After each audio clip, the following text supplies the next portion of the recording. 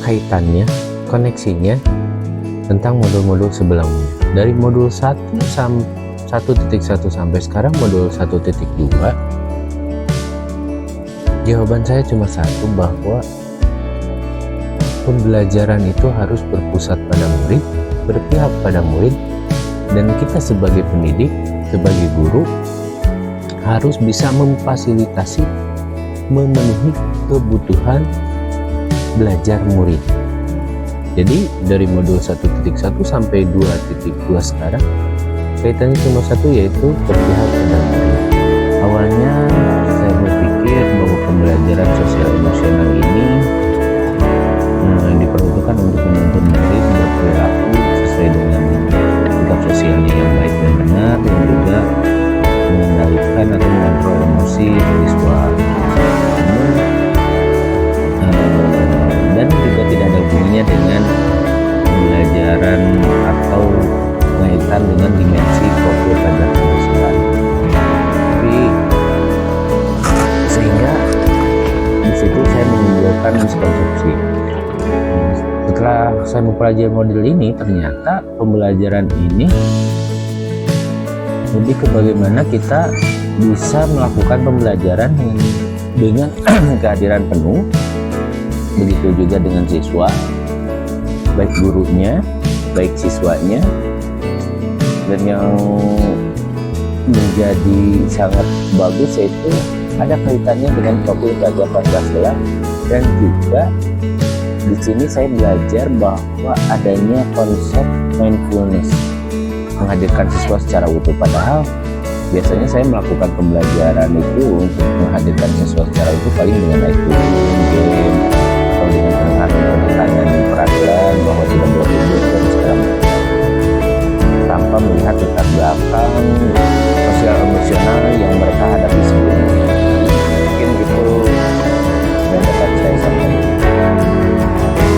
Berdasarkan kebutuhan murid tentang sekolah dan lingkungan yang nyaman dan menciptakan value sehingga meningkatkan kompetensi secara maksimal, ada 3 hal yang mendasar dan penting yang saya pelajari adalah: yang pertama, adanya KSE, kompetensi sosial emosional, yang terdiri dari 5.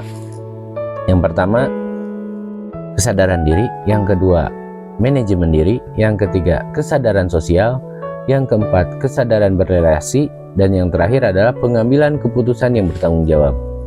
Itu yang pertama. Kenapa itu menjadi dasar dan penting? Karena itu merupakan konsep kontrol diri kita supaya bisa menerima dan nyaman pada saat pembelajaran.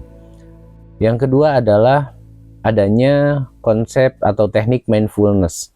Teknik mindfulness ini baru saya pelajari dan ternyata sangat efektif, khusus bagi diri saya sendiri ketika saya menerapkan teknik mindfulness ini, maupun bagi anak-anak ataupun rekan siswa.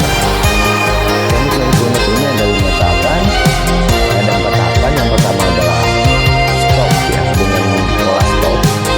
S-nya itu stop, berhenti sejenak. T-nya take a deep breath, berarti artinya tarik atau ambil napas dalam. O-nya adalah observer atau dirasakan, dianalisis, diobservasi rasa yang muncul. Lalu P-nya adalah proses, lalu diproses sehingga menjadi sesuatu yang memang menjadi rileks, tenang, dan kehadirannya pun penuh di sekolah, baik itu bagi gurunya, bagi rekan-rekan sejawat, juga bagi siswa. Dan yang terakhir adalah penerapan KSE itu sendiri, bisa melalui pembelajaran eksplisit, bisa melalui diterapkan pada kurikulum, atau dengan budaya kelas positif atau pembelajaran positif. Ketiga itulah KSE